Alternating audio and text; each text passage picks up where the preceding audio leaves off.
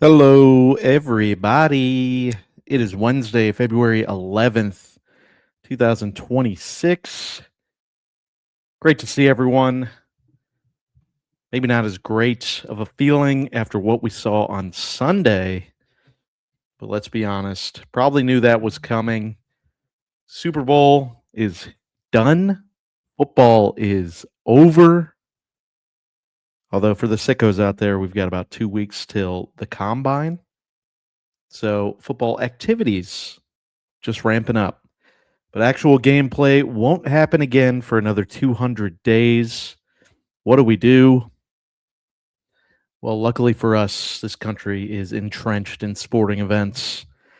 And that is delightful because we've got Pebble Beach this week, the Pro Am, first signature event of the PGA season. The Olympics are happening. The damn Olympics are happening. And curling is taking over the world. Everyone is locked in on primetime curling, believe it or not. And I'm one of those people. Also, Detroit sports back? Question mark. So we've got a lot to get to today, but of course, let's talk about the biggest event of the year. Super Bowl 60 recap. Sam Darnold is a Super Bowl champion. Jets, eat your heart out. Can you believe that? I cannot. But the writing seemed to be on the wall when you look at the playoffs as a whole. Patriots, you don't want to use the word lucked because that would be disingenuous to the defensive performance that they put up week in and week out. But offense was definitely benefactors of some poor quarterback play throughout the playoffs. And I'll tell you what, Sam Darnold was not good in the Super Bowl. But Drake May was that much worse. And it was going to take some special teams and defensive scores on the Patriots side for them to be competitive in any sort of way. And that did not happen. The Seahawks won the turnover battle 3-0. So this final turns out 29 to 13, not 19, giving them points. 29 to 13. If we're being honest, it wasn't even that close. Although when the Patriots had the ball at midfield down 19-7 with about 8 minutes to go, were you thinking maybe they score with less than 5 or right around 5 minutes? 19-14. And the very next play, after they get to the 50-yard line, it's a bum rush. Scoop and score or interception or whatever they ruled that as he caught it out of midair. So Drake May, ironic stat, sets the passing record for fourth quarter passing yards in a Super Bowl. The guy ends up with 295 in the entire game, which if you're prop betting, I mean, that's got to, and 2 touchdowns. You would be, if you showed anyone the first 3 quarter highlights and you gave that stat line for May, I mean, they would think you brought out one of those little league teams they do at halftime during the regular season. So yeah, it wasn't good. Want to go through a couple stats that really jumped out to me of just how dominant this Seattle defense was. This is crazy, mind blowing. For how much that Seattle was in the backfield and creating havoc, they had 6 sacks total. So I guess they did rule that an interception. Yeah. Instead of a sack fumble. The Seahawks blitzed 10 times. 10. They had 18 pressures. That is insane. They hurried him 9 times and only hit Drake 3 times. 10 blitz. Why is that insane? Darnold got blitzed 23 times. He was hurried the same amount of times. He was hit one more time. He was sacked 5 less times. He was pressured 4 less times. The Seattle offensive line did their part, and Darnold showed his agility, more than any of us thought that he had in the bag. That's the most mind-blowing stat to me is 23 blitz to 10 with how much Seattle lived in the backfield. Were some of those sacks on Drake May just refusing to evacuate the pocket? Yes, for sure. Just felt like a summation of a team that was there too early. And this is what that play looked like there. Watching on YouTube, I mean, that's a perfect summation of the entire game. Is just Drake under pressure. I don't want to be a alarmist here, but going forward for his career, immediate career, it'll be interesting to see how he responds. Because Drake May in the playoffs, I mean, let's not sugarcoat it, was bad. He was the worst EPA quarterback since they've started measuring in 2000. His final splits were 58% completion, 800 yards over 4 games, and that's a ton of garbage yards in the Super Bowl. 6 touchdowns, 4 interceptions. He was sacked 21 times in 4 games. And let's see, not showing the fumbles, but I mean, he had 4 fumbles in that Denver game, not lost. He had 2 fumbles in this game, or 1 fumble, I guess. They changed it.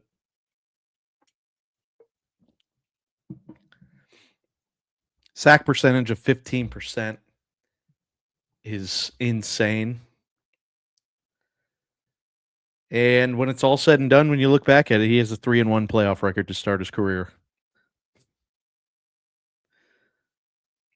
Dak Prescott, what? 1 playoff win? Sorry, Shade.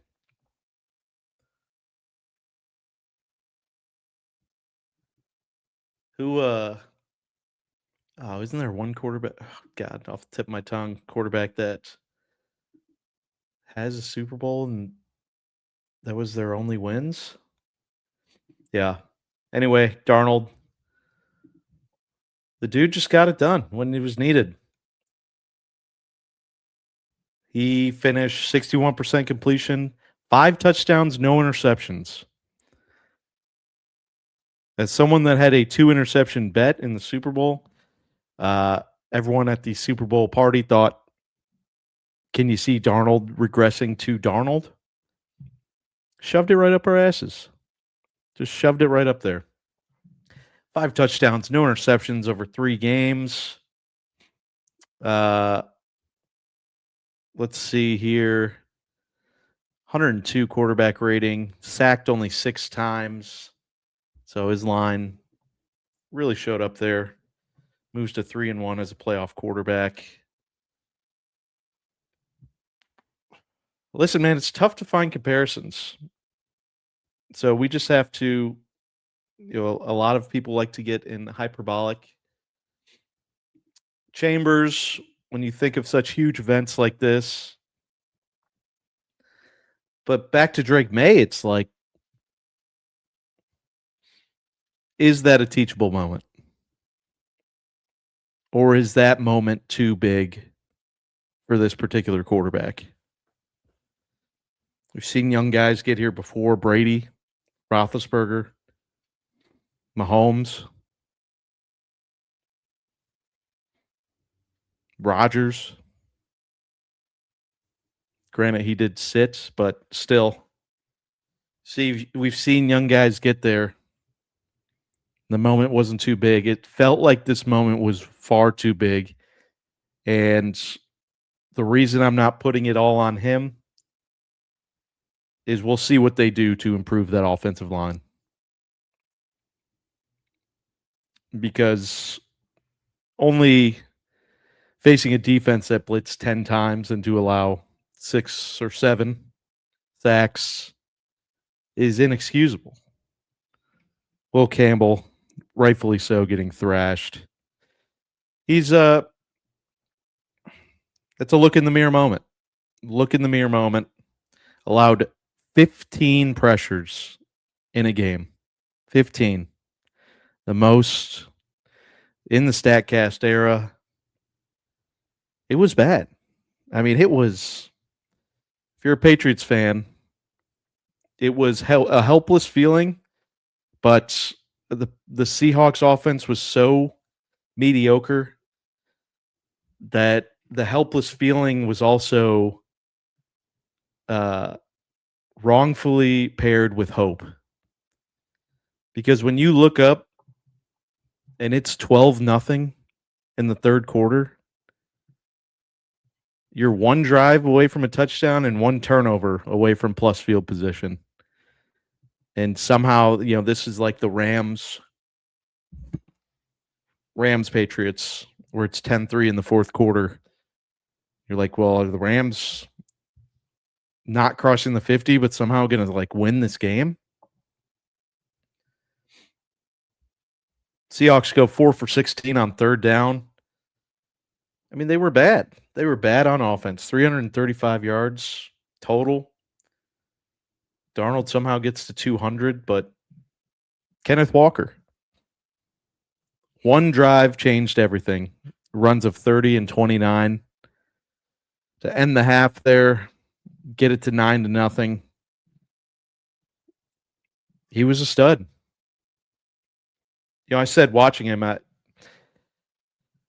didn't watch many Seahawks games front to back, but he's got sneaky speed. He was getting to the corner easier than I would have expected against this New England secondary. Speaking of the New England secondary, Gonzalez, he's arrived. I mean, those of us that watch New England week in and week out know he's a guy. But now the entire country knows Christian Gonzalez is a lockdown one cornerback. Threw at him 8 times, completed 3 passes, no yards after the catch. Obviously, 2 massive plays. One could have resulted in interception. Another was a touchdown-saving, leaping pass breakup, PBU. So props to him. Really showed out. That defense, no one's really going anywhere. K'Lavon Chaisson, only free agent on that defense. So Vrabel should be right where he wants to be on the defensive side of the ball. Offense needs some big upgrades. They need another receiver because Diggs was shut down. He's been in the league for 10 years. They need a one receiver. I thought Booty would be that one, and maybe it's because there was no time, but we'll see. See what the Pats do. But the AFC being so difficult,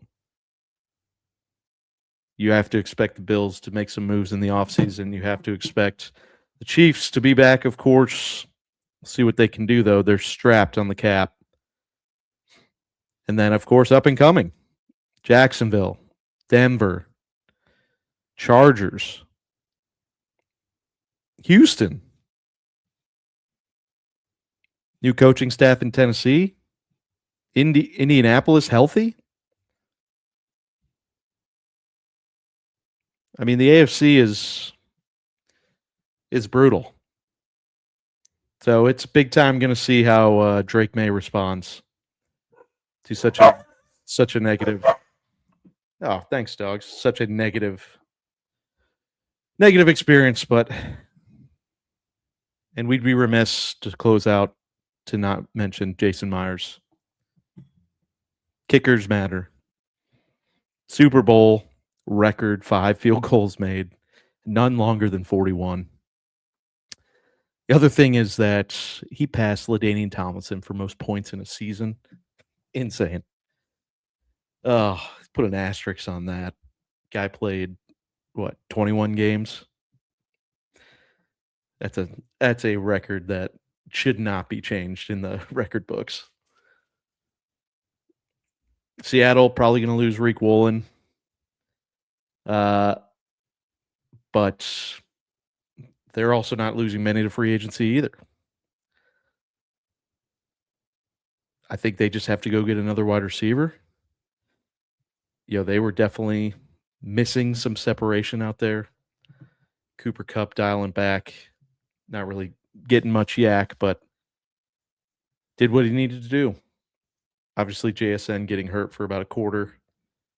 It's tough on them, but they were in full lockdown mode of just punting the ball away, see if you can do anything, New England.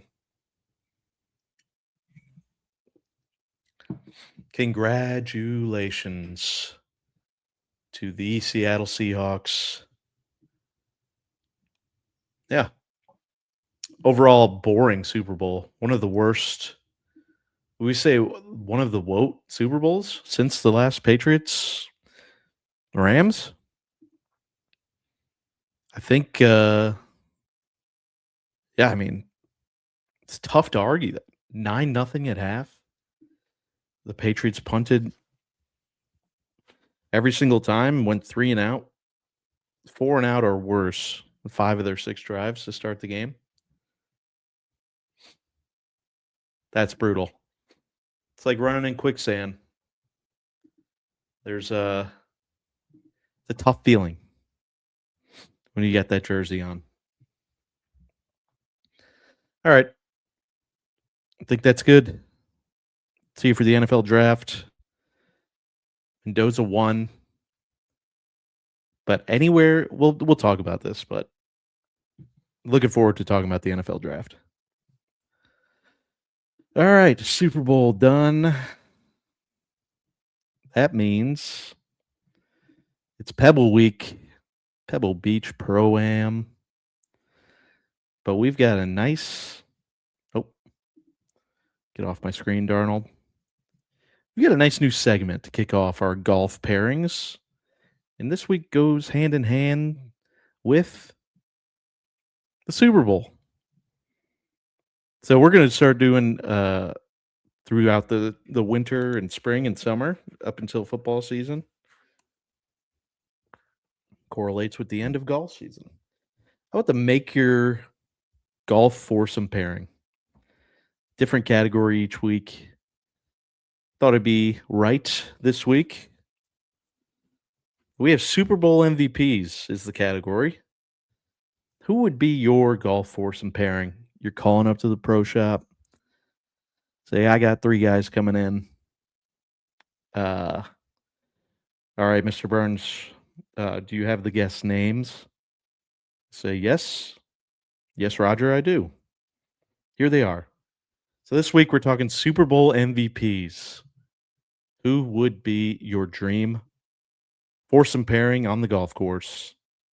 I went more modern, but I think there's a lot of good names out there. There's a couple good golfers. Guess we'll start with the honorable mentions. Steve Young, guy's close to a scratch golfer. I mean, that's what... But he's and this is nothing against his religion. He is a Mormon. Needs someone that's going to drink on the course. I'm sure he's a great time on the course. Not drinking doesn't make you not a fun time. But in this foursome pairing, we need some shots after a birdie, after an eagle. We need some team camaraderie. So Steve Young, honorable mention.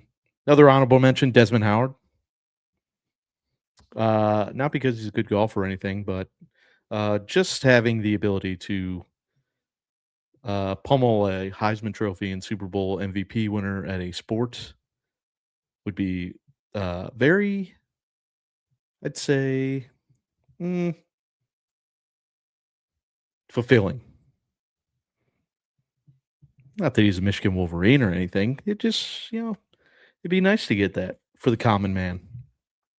Desmond Howard just missed it. Can't even joke about Mahomes. That would be a nightmare. Nightmare golf foursome pairing. Just a unbelievable. And beyond that, we have a couple other guys. Elway would be good. Joe Namath. Gotta expect Hines Ward would be pretty solid. Good time. But let's get into the 4. And look at this creepy AI generated photo.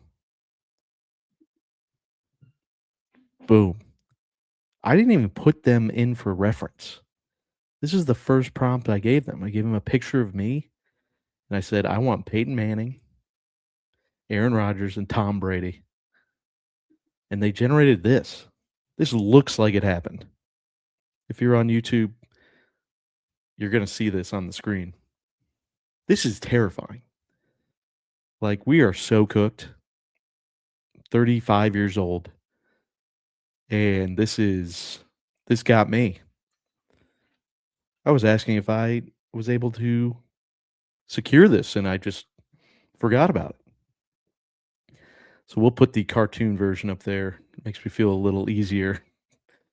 So 3 newer quarterbacks, 3 that have all played on the match format on TNT. And I think that's more of the reason why I would want to get these 3 guys together, get 18 in. Manning and Brady, heated rivalry. It's say he was on Peyton's show, Peyton Places in Jim Nance's backyard. These are just guys that are always going to compete, no matter the age, no matter the venue. It's an unspoken rivalry that they're just going to go head to head. And Rodgers, he's my vibe guy. Rodgers, my partner, which would make it even better that Brady and Manning are having to ride together. But Rodgers and I vibe on a lot of the same stuff. We're keeping it good. We're keeping it good. So I think if I had to put together myself, 3 others, it's going to be Peyton Manning, Tom Brady, Aaron Rodgers. Now, some of you that know me would say, obviously, it's Tom Brady. That's a number 1 for you. I would say, let's pause on that. Maybe it's a don't meet your heroes type moment. Maybe he's a little too competitive. Maybe he roasts me to death on just a couple terrible swings. I myself, just below a 5 handicap. I think I could keep up with this group. But maybe it's a situation where, you just don't want to meet the guy that in your childhood you watch. So, but he made the list. He's number 4. Almost subbed him out to have both Manning brothers in the Manning cast and Rodgers. So decent segment. Who would your Super Bowl MVP golf foursome be? Love to hear it. All right, let's talk Pebble. Pro-Am week. It's the first signature event week of the season.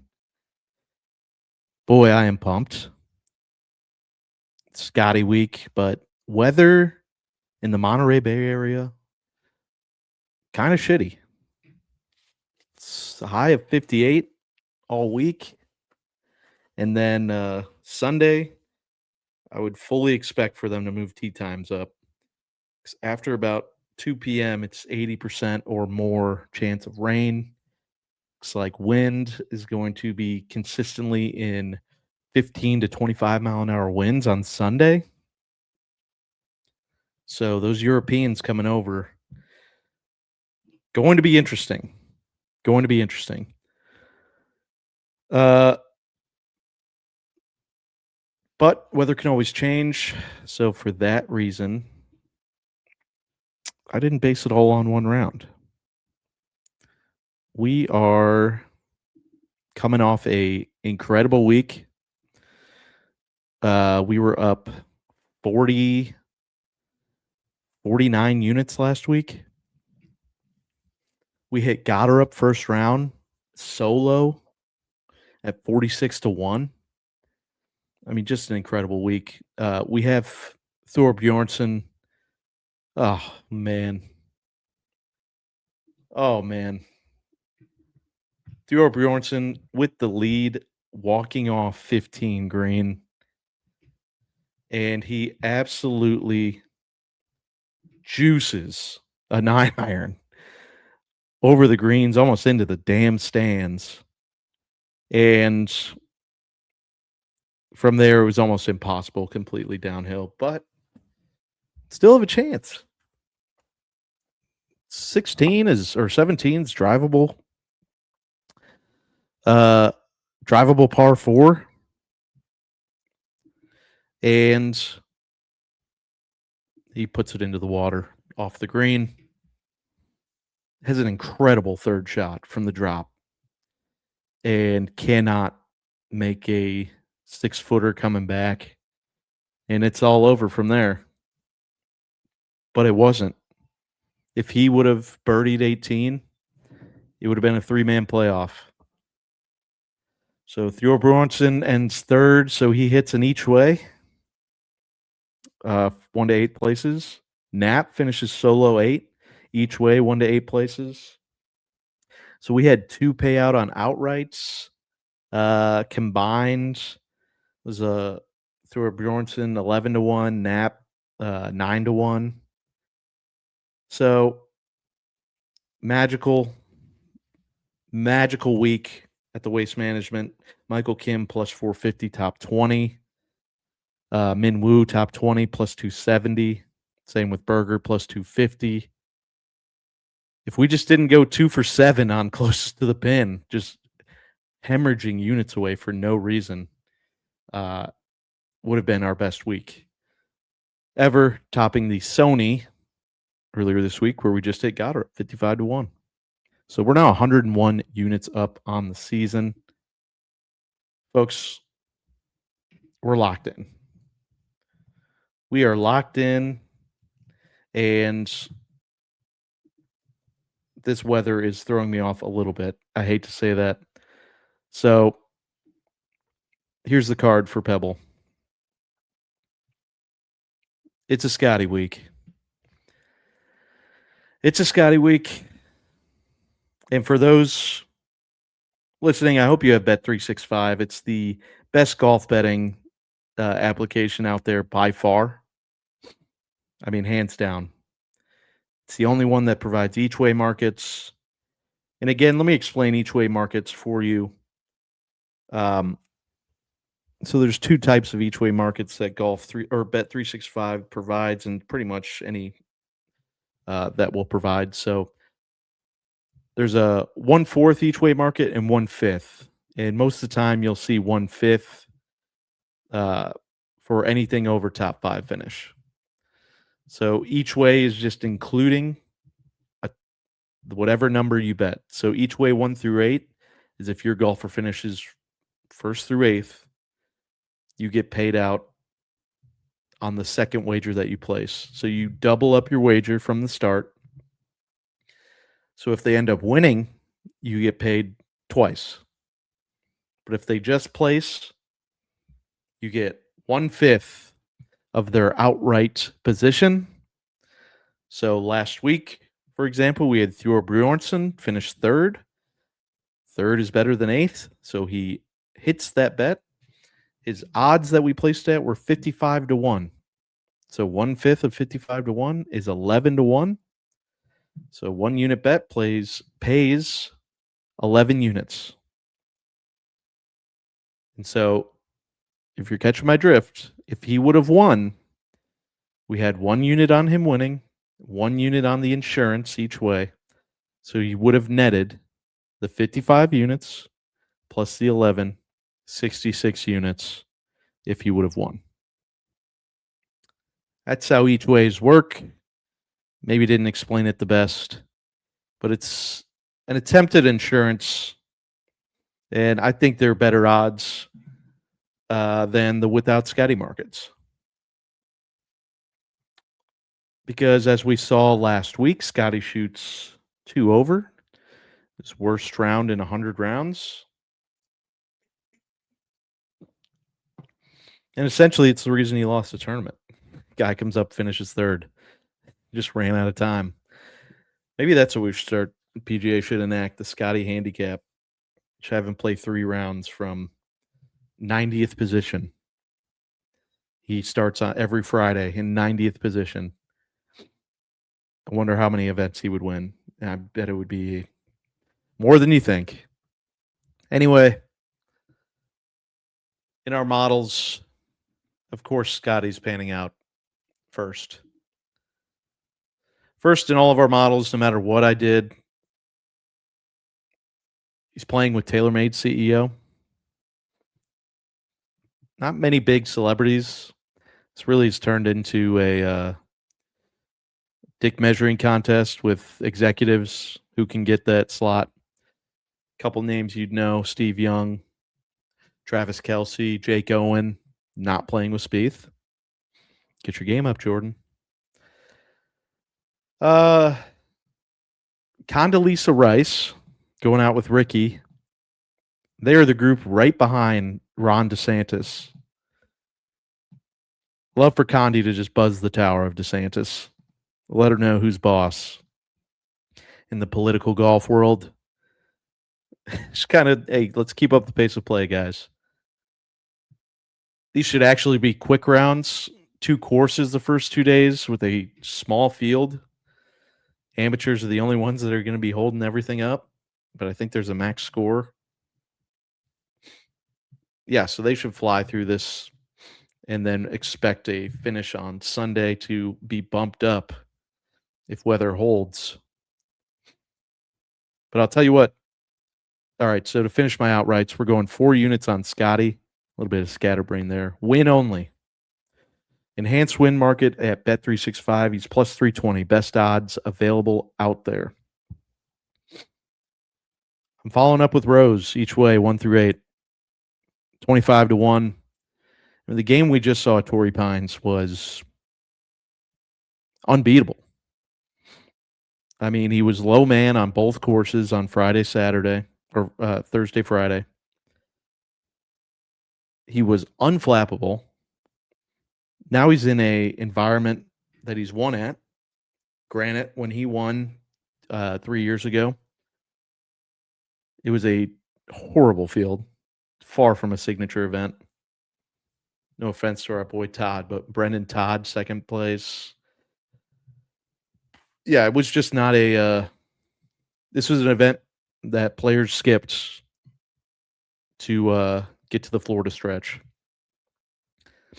Plus another Pro-Am. But now it's a signature event, a little bit different. Pearson Coody has popped on every single model that I've made. The way you're going to win this week, greens gained, around the green play, scrambling, and short irons in. Going to get a lot of rain today, so green should be sticky. Some of the smallest greens that you'll see on tour all week or all year. So need that iron accuracy to be locked in. Coody has obviously played incredible this season, finishing top 20 in 4 straight weeks. Usually that would be concern for me. I am the first one putting up the flag. Fatigue has to come into effect at some point. But this kid, his first time really competing in the PGA. When I mean competing, I mean like for a FedEx Cup. Like he's obviously been a big name on campus. He played on tour last season. It's just now he's putting his game together that we saw in college at Texas. So his last 4 weeks, T13, T18, T2, T10. So I basically just took the farmers here with Rose and Coody, T1, T2. And then Thigala. This will be the 4th straight week we've bet Thigala. This dude plays well in adverse conditions. It's going to be chilly. It's going to be windy. He's been a wizard around the greens, especially out of the sand the last couple weeks. Seen it hole out twice in the last 6 rounds from the greenside bunker. It just feels like Theegala's here, like pushing back. I am worried about the Florida swing, but he's a Cali guy. I think he'll play well. That being said, I like 3 of these guys to place, and I like their odds. I like Rose top 10 plus 290 on FanDuel. Incredible odds. Incredible. I like Berger top 10 plus 500. Berger plays well here, past champion. He handles himself well in adverse conditions. He doesn't go high or low. So when you've got weird conditions out there, you need a guy that'll steady the ship. Might add him to an outright each way. But for now, just top 10 plus 500. Cootie top 10 plus 490. Theegala top 20 plus 260 on FanDuel. And let me pull up this screen. Found a new website that I've been using that is incredible. It's free. Odds Checker. Oddschecker.com. Share screen. Let's go here. As you can see, because when you're in a market that has a certain amount of books, it's tiresome to click through them all. So Odds Checker puts it all in one place. So let's say, so here's my top 20. So who do we have top 20? We have Theegala. You click that, pulls up here. It shows you the odds of 5 different synced bookmakers here and putting the best available odds up top. So it looks like DraftKings plus 265. You can get Theegala. Or look, even BetMGM is plus 180. I mean, why? Yeah. I cannot stress enough that these sites are mandatory when you're betting golf or any sport. You cannot give away money to the books because you don't want to withdraw or deposit or for whatever reason, or you're just too lazy to look. Like, that is the same exact bet. There is nothing different. All of them have basically added including ties. And that's it. Like, you are just giving away money when that hits for no reason. And that affects the year-end numbers. So always shop around. Odds Checker has been great. They have the top 10, top 5 market. They have the winner market. They've got group betting here as well. And then, some other markets for bigger tournaments. Sad news out of DraftKings as of now. No par 5, no par 3 winner markets. I know. Devastating. Last week we had Min Woo on sleeping with the lead on Saturday night for par 5. Par 5 leader. He had T1. He was tied for first with one other player at 61 to 1 odds. 3 putt pars, the first par 5. There's only 3. And that was it. That was all she wrote. So that was not fun. Theegala was tied for the lead going into Saturday on par 3. He bogeys one, and that's a no-no. Hideki ended up running away with that anyway. Listen, it's incredible market. I love it. The fact that it's not around this week is a little annoying, especially when you have support reaching out to me saying they don't offer par 4, par 3 winning markets. We've bet it every week this season. Every single week. These sports books, man. Why are you always lying? Why you always lying? So we'll see if we can get to the bottom of that. Get a couple of those markets out there. Matchups. Listen, we're always looking for plus money in matchups. Feels irresponsible to be betting any juice in 72 hole matchups. There's always going to be odds out there. Nap over Morikawa minus 120. Slam this one. Slam at home. That's on FanDuel. Thigala over Clark and Berger over Thor. Both of those are plus money. Both of those are on Bet365. Fitzpatrick over Cam Young. That's on BetMGM. Fitzpatrick plus 110. I like the way the tournament's going to end. You can see these guys both having a good week, but Fitzpatrick on Sunday is what gets us home. And then Griffin minus 120 over Cantlay. Cantlay likes this course. Ben Griffin's popping for everything I'm looking for. I know. That might be the one that I regret. I took Griffin off my outright card. He's not going to win with those conditions on Sunday. But I do have a Ben Griffin, Justin Rose bet. Rose, Griffin, 398 to 1. First round leaders. Since we have two courses, only Bet365. You can only bet this on Bet365. It's the only one that'll allow you to parlay each course first round leader. So the books are just putting out first round leader by course.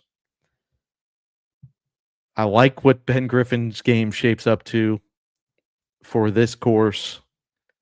Obviously, ride the hot hand with Rose. 398 to 1. It's my only first round leader bet. Can we go back to back? Be remiss to say, didn't mention any of the Euros coming over to play for the first time to get geared up for the Florida swing where all of them live. They've all been playing over in Europe. Rory's been playing quite a bit. I think he's logged, 6 tournaments since the Ryder Cup. Lowry's been playing. Fleetwood's been playing. But Rory's definitely been playing. He's the second favorite in this tournament. So all three of those guys are here for the first time on the PGA Tour. Obviously, first signature event. McIlroy, Lowry 1-2 finished last year in this tournament. I don't know. I'm going to wait and see with them. Not that I don't believe they can't win this tournament this week. I'm just going to fade them. I'm just going to get the curve in there. I'm just going to bet on Rory not having the incredible driving week that he did last season. But it's a little in the back of your mind that that Sunday is really shaping up for European golfers. And the other person it's shaping up for is our new king, our Euro stopper, and that's two-time champion of 2026, Chris Gotterup. Be remiss not to mention him. He's this podcast king, my golf king. He's hit a first-round leader and an outright for me this season. He's got the game in the shape to be a wind stopper and dominate windy conditions. Now, cold and rain is not something that they've faced, but winning the Scottish Open last year, holding off Rory. If Gotterup is within 6 strokes of the lead on Sunday, and that weather is as bad as it looks, he's very live to take his third win of the season and take another and come back again. Back-to-back comeback wins. It's just tough to be grinding from behind. So many rounds, so many shots, and then in those weather conditions, the wind, it's just draining. If you've ever played golf in those conditions, meaningful golf, it's that much more draining. So we'll see. Goddard might make the card as well. But Scotty, Rose, Cootie, Thigala. All right. Next up, curling. Hell yeah. I don't know if you guys have been following, but curling started before the Olympics. It's going to end when the Olympics ends. Mixed doubles finished up last night. Gold medal game. The United States' first medal ever. They lost on the final frame. I don't know what it's called. Yeah, Sweden had a walk-off winner in the final frame. Two siblings. But the United States team, Corey Dropkin, dude's a beast, and Corey Thies. It was exciting. It was awesome to watch. I don't know if you watch doubles curling, but only two people on the ice. Like this dude Dropkin was getting up and sweeping for himself. There's a curling place, a curling bar here in Nashville. I mean, I've lived on the ice for a lot of my life. Played hockey growing up. And curling's no joke. Just pushing off to glide. I mean, everyone just falls out, tips over like a cow in the field. And then getting up and like maneuvering around. It's no joke. Curling's been exciting. U.S. has picked up 5 medals last night.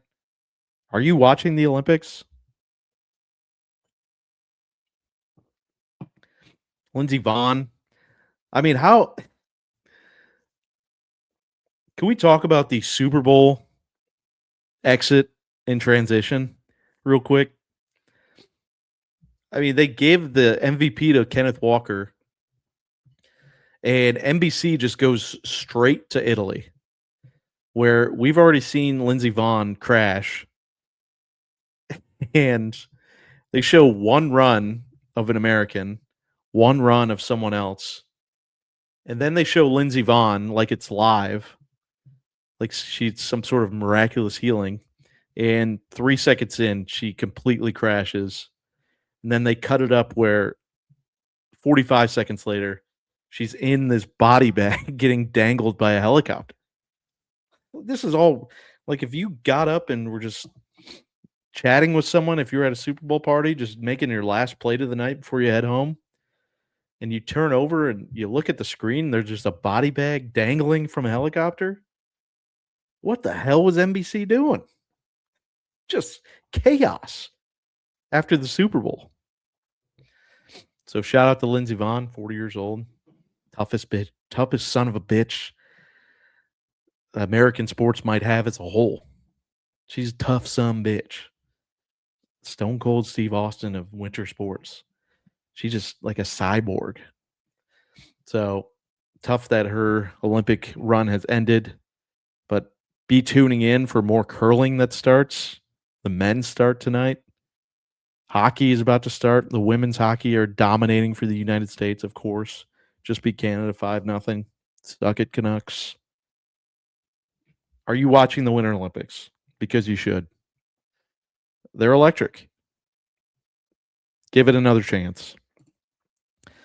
All right, wrapping up here. Detroit sports back. There's a kind heart. There's a heartstrings connection to Detroit sports. And they make a couple moves. Justin Verlander signs 1 year, what seems to be a retirement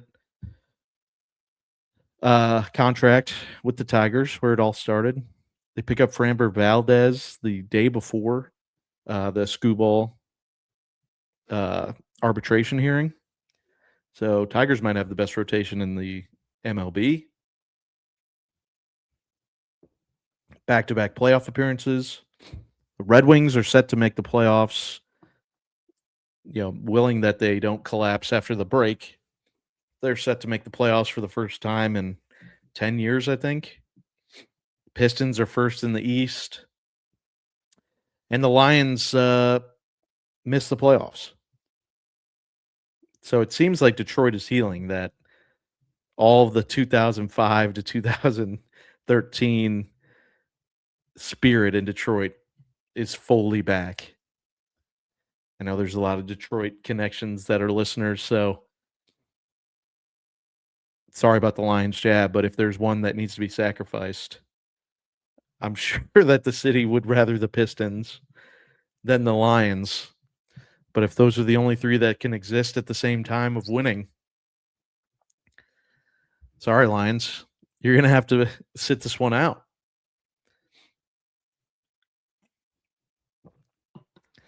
Awesome week. Looking forward to covering some NFL draft material. Be back with our next golf foursome pairing. Love to hear some topics that we'd want to make.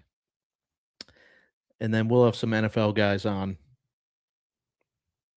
And, geez, got to talk final rosters for college football as well. And then the Florida swing of golf starts up. Gosh, we're in a great spot. Don't be sad, football's gone. And we'll have some NBA props for you the next time as well. That's all I got for you for this week. I'll see you guys on Monday. See ya. Love you.